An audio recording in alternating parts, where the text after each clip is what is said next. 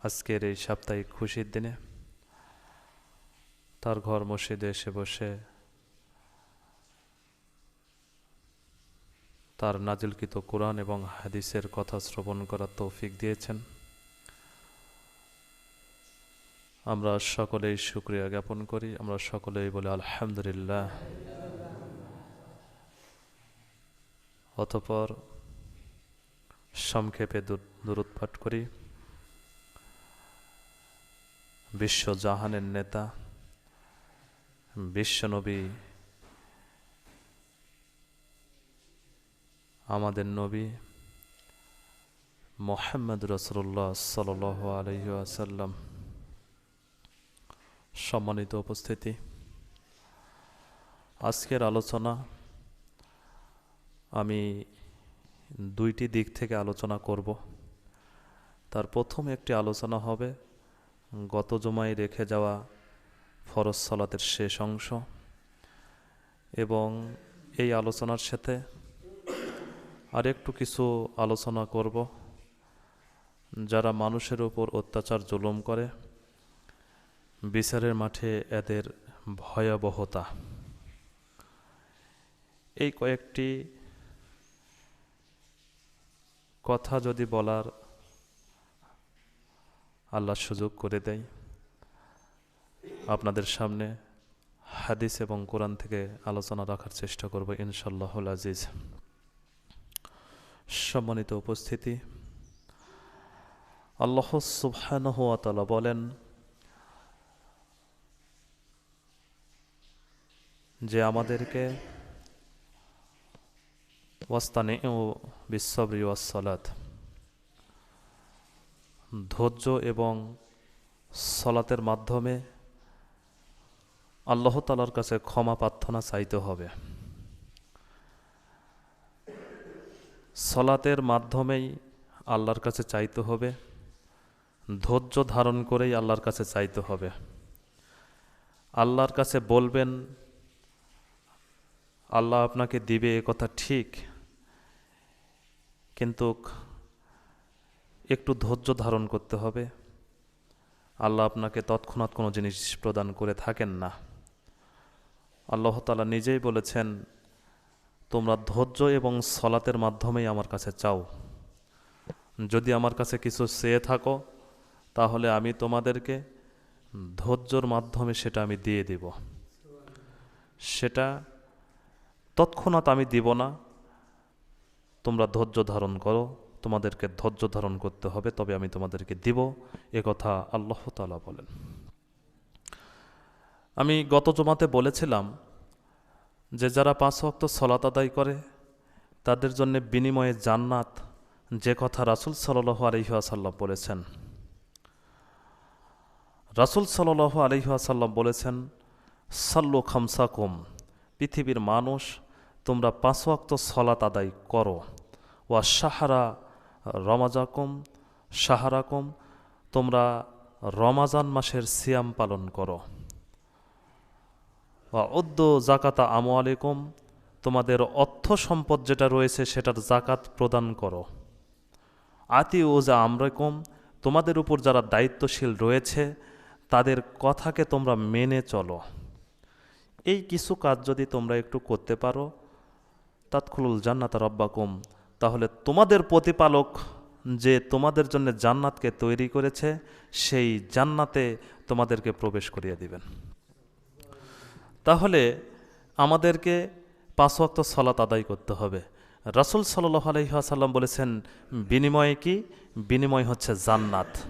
যেসব মাধ্যম দিয়ে আল্লাহ তাআলা সরাসরি জান্নাতের কথা উল্লেখ করেছেন, যেসব মাধ্যম দিয়ে আল্লাহ সুবহানাহু ওয়া তাআলা তার বান্দাকে জান্নাতে প্রবেশ করিয়ে থাকে, তার একটি আমল হচ্ছে, তার একটি কাজ হচ্ছে 5 ওয়াক্ত সালাত। আমাদেরকে 5 ওয়াক্ত সালাত আদায় করতে হবে। সম্মানিত উপস্থিতি, আবু মুসা আশআরী রাদিয়াল্লাহু তাআলা আনহু বলেন, রাসূল সাল্লাল্লাহু আলাইহি ওয়াসাল্লাম বলেছেন, মান সাল্লাল বাদ্দাইনে দাখালাল জান্নাহ, যদি কোনো মানুষ আসর, ফজর এবং আসরের সালাত আদায় করে থাকে তাহলে ওই ব্যক্তি জান্নাতে যাবেই। কেউ যদি ফজর এবং আসরের সলাত আদায় করে থাকে। আমরা কিন্তু এই দুটি সলাতেই কিন্তু অলসতা বেশি করে থাকি। ফজরের সলাতে তো বলাই লাগে না, ফজরের সলাত মানুষ আদায় করতেও চায় না, ফজরের সলাত মানুষ আসতেও চায় না, যেহেতু শয়তান তার উপর ভর করে থাকে। অথচ রাসূল সাল্লাল্লাহু আলাইহি ওয়াসাল্লাম বলেছেন, তোমাদের উপর দুইটি সলাত দিলাম, এই দুইটি সলাত যদি তোমরা আদায় করতে পারো তাহলে তার বিনিময়ে আমি তোমাদেরকে জান্নাতে প্রবেশ করাবো। সেই দুইটি সলাত হচ্ছে, একটা হচ্ছে ফজরের সলাত আর একটি আসরের সলাত, যার বিনিময়ে রাসূল সাল্লাল্লাহু আলাইহি ওয়াসাল্লাম জান্নাতকে ঘোষণা করেছেন। আবু হুরায়রা রাদিয়াল্লাহু তাআলা আনহু বলেন, রাসূল সাল্লাল্লাহু আলাইহি ওয়াসাল্লাম বলেছেন, লাম ইয়ালিমুন নাস ফিন নিদাই ওয়া সাফা আওয়ালি লাস্তামাউ আলাইহি লাস্তামাউ। তোমরা যদি জানতে আজানে কত নেকি রয়েছে, আর তোমরা যদি জানতে যে প্রথম কাতারে কত নেকি রয়েছে, তাহলে তোমরা লটারি ছাড়া তোমাদের আর কোনো যুক্তি থাকতো না। তোমরা যদি জানতে যে আজানে কত নেকি রয়েছে, আজান যে ব্যক্তি দেয় তার কত নেকি রয়েছে, এ কথা যদি তোমরা জানতে, আর যে ব্যক্তি প্রথম কাতারে দাঁড়িয়ে থাকে এই ব্যক্তির সওয়াব সম্পর্কে যদি তোমরা জানতে, তাহলে রাসূল সাল্লাল্লাহু আলাইহি ওয়াসাল্লাম বলেছেন, তাহলে তোমাদের লটারি করে সিদ্ধান্ত করা লাগতো। তার মানে যেই ব্যক্তি আজান প্রদান করে থাকে সেই ব্যক্তির জন্যে পৃথিবীতে পুকুরের মাছ, সমুদ্রের মাছ, পক্ষীকুল, বাঘ, যত যা কিছু রয়েছে, যত প্রাণী আল্লাহ তাআলা সৃষ্টি করেছেন আসমান এবং জমিনে, সমস্ত কিছু ওই ব্যক্তির জন্যে বিচারের মাঠে আল্লাহর কাছে ক্ষমা প্রার্থনা চাই। আল্লাহকে বলে যে, আল্লাহ, এই ব্যক্তি তো আপনার পথে ছিল, এই ব্যক্তি মানুষকে আহ্বান জানাচ্ছ আপনার পথে, সেই ব্যক্তিকে আপনি কিভাবে জাহান্নামে দিবেন? আমি এর জন্য যুদ্ধ করছি, আজকে একে জান্নাতে নিয়ে না যাওয়া পর্যন্ত আমি ছাড়ব না। তার মানে যে আজান দিয়ে থাকে তার নেকি রয়েছে অত্যাধিক বেশি। এজন্যই রাসূল সাল্লাল্লাহু আলাইহি সাল্লাম বলেছেন, কেউ যদি জানতো যে আজানে কত নেকি রয়েছে, কেউ যদি জানতো প্রথম কাতারে কত নেকি রয়েছে, তাহলে সেই ব্যক্তির লটারি ছাড়া আর কোনো যুক্তি থাকতো না, লটারি করে সিদ্ধান্ত গ্রহণ করা লাগতো। আর কেউ যদি জানতো প্রথম সময়ে সলাতের কত নেকি রয়েছে, তাহলে সে দৌড়ে দৌড়ে চলে আসতো। ওয়ালাউ ইয়ালামুনান আতামাতি ওয়াল সুবে। আর কেউ যদি জানতো যে ফজর এবং এশার সালাতে কত নেকি রয়েছে, কেউ যদি এ কথা জানতো লা আতাইহুমা হাওবান, তাহলে সেই ব্যক্তি হামাগুড়ি দিয়ে হলেও সেই মসজিদে প্রবেশ করত। কেউ যদি জানতো যে এশা এবং ফজরের সালাতে কত নেকি রয়েছে, সেই ব্যক্তি হামাগুড়ি দিয়ে হলেও মসজিদের ভিতর প্রবেশ করত। কত নেকি রয়েছে। আমরা তো একটু অসুস্থ হয়ে গেলে আর মসজিদে আসতে চাই না। আমরা যদি একটু অসুস্থ হয়ে যাই তাহলে আমরা আর মসজিদে আসতে চাই না। অসুস্থ কাকে বলে? অসুস্থ কাকে বলে? রাসূল সাল্লাল্লাহু আলাইহি ওয়াসাল্লাম দুইজন ব্যক্তির উপর নির্ভর করে তিনি মসজিদে এসেছেন। তার মানে কি, আমরা যদি কারো উপর নির্ভর করে যদি মসজিদে আসার শক্তি সামর্থ্য থাকে, তখনও আমি কি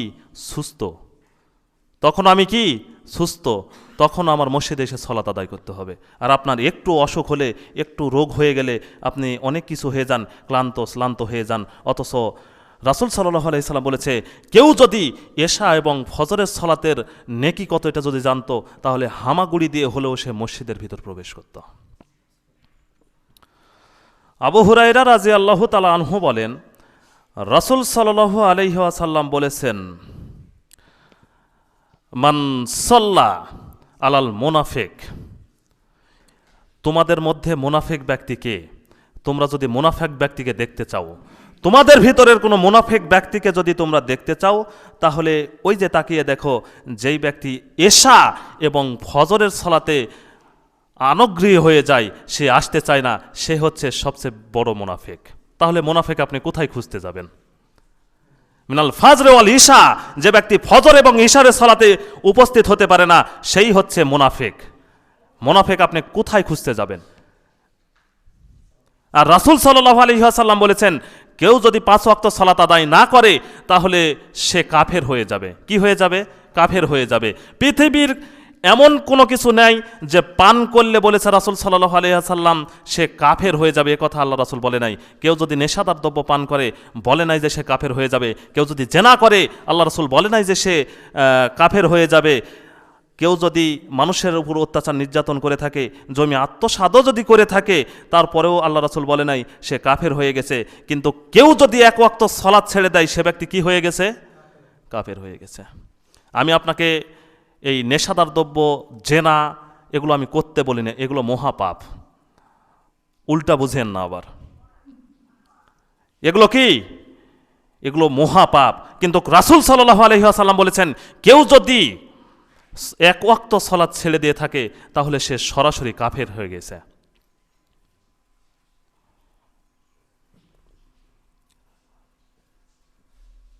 উমার ইবনে রুআইবা রাদিয়াল্লাহু তাআলা আনহু বলেন রাসূল সাল্লাল্লাহু আলাইহি ওয়াসাল্লাম বলেছেন লান ইয়ালিজিন নার, 2 শ্রেণীর মানুষকে জাহান্নাম স্পর্শ করবে না।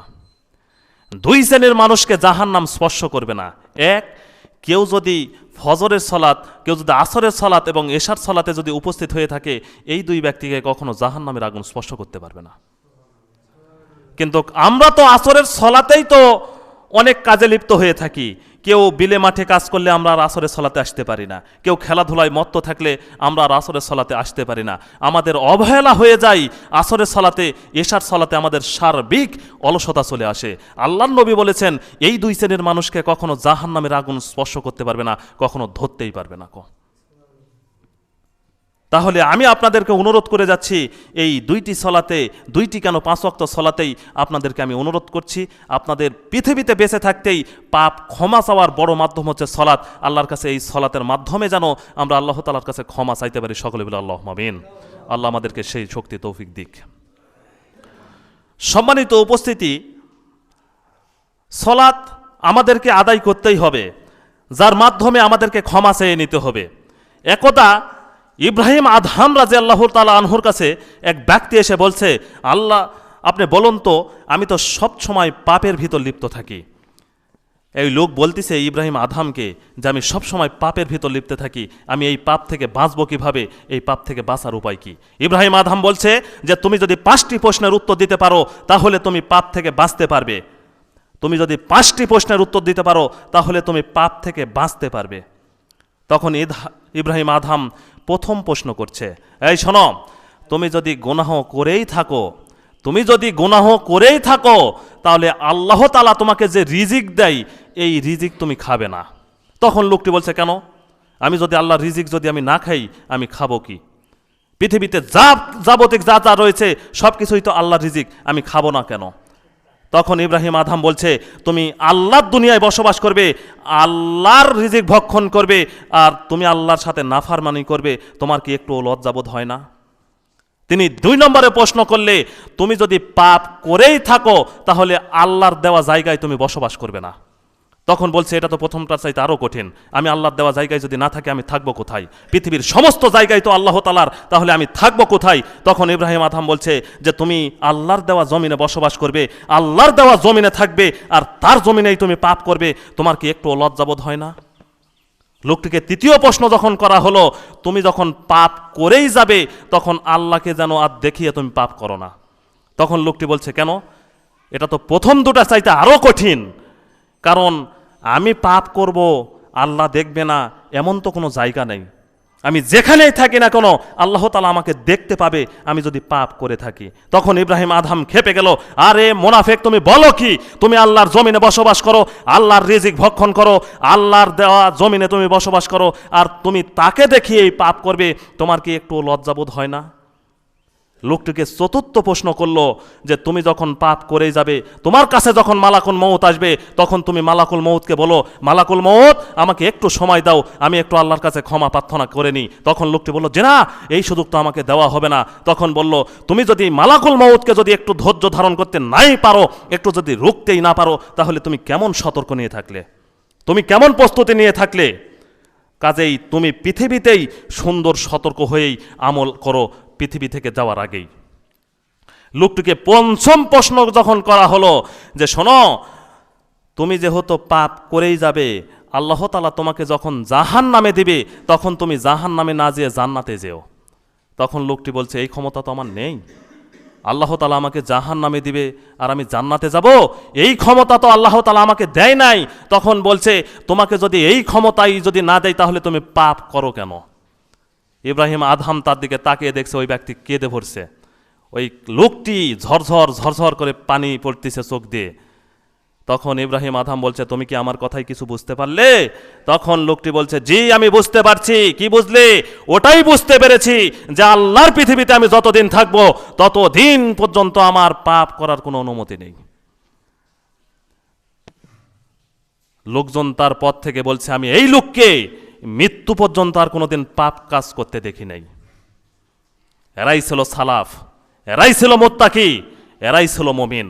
আর আমরা মুসলমান দিন দিন ধোঁকাবাজ হচ্ছি, আমরা মুসলমান দিন দিন প্রতারক হচ্ছি, দিন দিন নাফরমান হচ্ছি, প্রতারক হয়ে যাচ্ছি দিন দিন। আমরা মুসলমান, আমরা মানুষের উপর যুদ্ধবস্তি করে থাকি রাত দিন। আমরা বুঝি না মানুষের উপর ক্ষমতা প্রয়োগ করার ভয়াবহ কত খারাপ, এটা আমরা কখনো বুঝতে পারি না।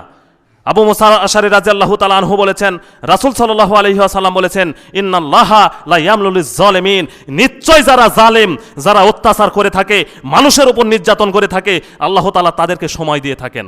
আপনি মনে করেন যে এত বড় জালেম তবুও মৃত্যুবরণ করে না, এত বড় জালেম তাও পৃথিবী থেকে যায় না, আপনি এ কথা চিন্তা করেন। অথচ রাসূল সাল্লাল্লাহু আলাইহি ওয়াসাল্লাম বলেছেন, যারা মানুষের উপর অত্যাচার নির্যাতন করে থাকে, আল্লাহ তাআলা এদেরকে সময় দিয়ে থাকেন যেন এদের পাপগুলোকে তারা যেন ক্ষমা চেয়ে নিতে পারে, আল্লাহ তাআলার কাছে যেন ক্ষমা চেয়ে নিতে পারে, এই জন্য এদেরকে এই সময়টা দেওয়া হয়।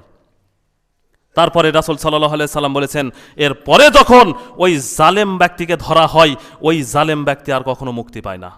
যখন ধরে তখন আর আল্লাহ ছাড়ে না। এর নাম হচ্ছে ধরা। আল্লাহর ধরা সবচেয়ে বড় ধরা। যেই দিন ধরবে আপনার ক্ষমতা নেই এই পাপ থেকে আপনি বাঁচতে পারবেন, আপনার এই ক্ষমতা নেই মৃত্যু থেকে আপনি পলায়ন করতে পারবেন। কাজেই মৃত্যুর আগেই আপনাকে সুন্দর সতর্কতা হয়ে অবলম্বন হয়েই আপনাকে আমল করে এই পৃথিবী থেকে যেতে হবে। আবু হুরায়রা রাদিয়াল্লাহু তাআলা আনহু বলেন, রাসূল সাল্লাল্লাহু আলাইহি ওয়াসাল্লাম বলেছেন, মান কানাত লাহু মুজলিমাতুন আও যাও শাইইন, তোমরা পৃথিবীতে বেঁচে থাকতেই তোমাদের পাপগুলোকে মিটিয়ে নিয়ে যাও। তোমরা পৃথিবীতে বেঁচে থাকতেই যাদের উপর তোমরা অত্যাচার নির্যাতন করেছো তাদের হাত ধরে তোমরা ক্ষমা চেয়ে নিয়ে যাও। কেন? কোনো দিরআনুন ওয়ালা দিরহাম, বিচারের মাঠে তোমাদের কোনো টাকা পয়সা থাকবে না যে তোমরা একটু তাকে টাকা পয়সা দিয়ে মাফ করে নিতে পারবে। বিচারের মাঠে তোমাদের কোনো টাকা পয়সা থাকবে না, অর্থ সম্পদ থাকবে না যে তুমি একটু ওকে দিয়ে যে আমি একটু ক্ষমা করে নিই, এই সুযোগ আর তোমাকে দেওয়া হবে না।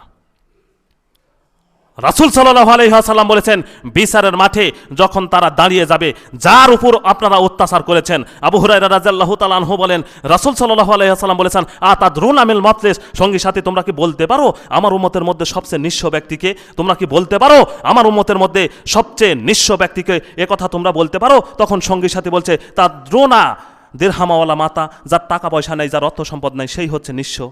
যার অর্থ সম্পদ নাই, যার টাকা পয়সা নেই, সেই হচ্ছে সবচেয়ে নিঃস্ব।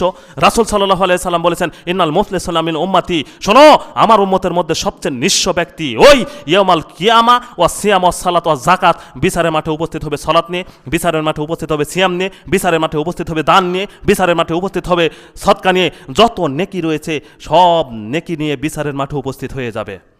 অতঃপর আরও উপস্থিত হয়ে যাবে, কাত সাতামা হাজা, আকলামা মালা হাজা, ওয়া সাফারা হাজা, ওয়া জারাবা হাজা, উপস্থিত হয়ে যাবে যার উপর তারা অত্যাচার নির্যাতন করেছে। রিকশাওয়ালাকে এক থাপ্পড় মেরেছে, ওই ব্যক্তি বিচারের মাঠে উপস্থিত হয়ে যাবে। যার উপর দলীয় দাপট দেখিয়ে, ক্ষমতা দেখিয়ে যার উপর অত্যাচার নির্যাতন করা হয়েছে, বিচারের মাঠে ওই ব্যক্তিও দাঁড়িয়ে যাবে। যার উপর অত্যাচার যে কোনো বিনিময়ে যে কোনো অত্যাচার করা থাকলে ওই ব্যক্তি বিচারের মাঠে উপস্থিত হয়ে যাবে। উপস্থিত হয়ে বলবে, আল্লাহ এই ব্যক্তি আমাকে মেরেছে, এই ব্যক্তি আমার মান সম্মানের হানি করেছে, এই ব্যক্তি আমাকে দলীয় দাপট দেখিয়ে আমার জমি আত্মসাৎ করেছে, এই ব্যক্তি এইভাবে দাঁড়িয়ে যাবে সবাই। রাসূল সাল্লাল্লাহু আলাইহি ওয়াসাল্লাম বলেছেন, ফায়াতু মিন হাজা হাসানাতি ওয়া হাজা মিন হাসানাতি, তখন কি করবে? তখন তো আর টাকা পয়সা নেই যে টাকা পয়সা দিয়ে তার সাথে মীমাংসা হয়ে যাবে, তখন টাকা পয়সাও থাকবে না, আপনারা কি দিয়ে মীমাংসা করে নেবেন? রাসূল সাল্লাল্লাহু আলাইহি ওয়াসাল্লাম বলেছেন, তখন নেকি দিয়ে বুঝিয়ে দিতে হবে। ওই যে সলাত নিয়ে গেছে, সিয়াম নিয়ে গেছে, জাকাত নিয়ে গেছে, হজ নিয়ে গেছে, প্রত্যেকটা কাজের যে নেকি রয়েছে, এই নেকি নিয়ে যে বিচারের মাঠে উপস্থিত হয়ে গেছে, এই নেকি দিয়ে তাকে বুঝিয়ে দিতে হবে। তাকে বুঝিয়ে দিতে হবে, দিতে দিতে দেখা যাবে তার নেকি শেষ হয়ে গেছে। নেকি আর নাই, তখন কি হবে ফায়সালা? তখন ফায়সালা হবে যেই ব্যক্তির উপর সে অত্যাচার নির্যাতন করেছে ওই ব্যক্তির যত পাপ রয়েছে সব পাপ নিয়ে এসে এই অত্যাচারী ব্যক্তির উপর চাপিয়ে দেওয়া হবে। যত পাপ রয়েছে সব পাপ নিয়ে এসে এই অত্যাচারী ব্যক্তির উপর চাপিয়ে দেওয়া হবে। দেওয়ার পরে এই ব্যক্তি যাবে জাহান্নামে, আর যেই ব্যক্তির উপর জুলুম অত্যাচার নির্যাতন করা হয়েছে ওই ব্যক্তি যাবে জান্নাতে। এজন্যই রাসূল সাল্লাল্লাহু আলাইহি সাল্লাম বলেছেন, শোনো, তোমরা মাজলুমের দোয়া থেকে তোমরা দূরে থাকো, তোমরা মাজলুমের দোয়া থেকে তোমরা দূরে থাকো। কেন? মাজলুম যদি হিন্দু হয়, খ্রিস্টান হয়, ইহুদি হয়, নাসারা হয়, যে কেউ হোক না কেন, যদি ওর উপর কোনো অত্যাচার নির্যাতন করা থাকে তাহলে বিচারের মাঠে কেন আল্লাহ তাআলার কাছে যখনই আল্লাহর কাছে দোয়া করবে, আল্লাহ এই ব্যক্তি আমার কাছে কি করেছে, অন্যায় করেছে, অত্যাচার করেছে, নির্যাতন করেছে, সঙ্গে সঙ্গে আল্লাহ তাআলা কবুল করে নেন, সঙ্গে সঙ্গে কবুল করে নেন। আল্লাহর মাজলুম ব্যক্তির ভিতর কোনো পর্দা থাকে না।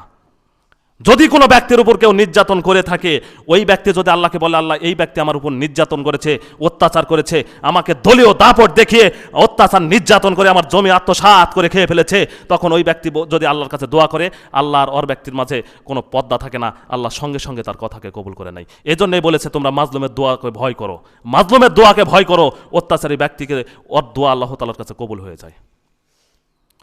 সম্মানিত উপস্থিতি, বলছিলাম ফরজ সালাতের শেষ অংশ এবং বিচারের মাঠের ভয়াবহতা। যারা মানুষের উপর অত্যাচার নির্যাতন করে থাকে, যারা এখনো সময় রয়েছে, যদি আপনি কারো জমি জায়গা নিয়ে যদি আত্মসাৎ করে থাকেন, জমি জায়গা নিয়ে যদি কারো সাথে দ্বন্দ্ব থেকে থাকে, তাহলে তার হাত ধরে ক্ষমা চেয়ে নিন, তাকে বুঝিয়ে দিন। যদি বুঝাতে না পারেন, বিচারের মাঠে আপনাকে নেকি দিয়ে বুঝিয়ে দিতে হবে। এর নাম হচ্ছে বিচার ফায়সালা। যদি পৃথিবীতে আপনার যত বড় এমপি থাক, মন্ত্রী থাক, প্রধানমন্ত্রী থাক, যে কেউ থাক না কেন, আপনাকে আজ বাঁচিয়ে রাখতে রক্ষা করতে পারবে, কিন্তু বিচারের মাঠে আপনার প্রধানমন্ত্রী আপনাকে বাঁচাতে পারবে না, আপনার এমপি মন্ত্রী আপনাকে বাঁচাতে পারবে না। যে কোনো ক্ষমতাধর ব্যক্তি সেই দিন আপনাকে আর রক্ষা করতে পারবে না। সেই দিন পাই টু পাই আল্লাহর কাছে হিসাব দিয়েই আপনাকে জাহান্নামে নিক্ষেপ করা হবে। সম্মানিত উপস্থিতি, বলছিলাম এই যে অত্যাচার নির্যাতন, এইখান থেকে আল্লাহ তাআলা আমাদেরকে বেঁচে থাকার এবং মানুষের উপর যে জুলুম অত্যাচার রয়েছে এই জুলুম অত্যাচার থেকে, দোয়া থেকে বেঁচে থাকার তৌফিক দিক। সকলে বলে আল্লাহুম্মা আমিন। আল্লাহ, যারা 5 ওয়াক্ত সালাত আদায় করে না, আল্লাহ তুমি তাদেরকে 5 ওয়াক্ত সালাত আদায় করার তৌফিক দান করো।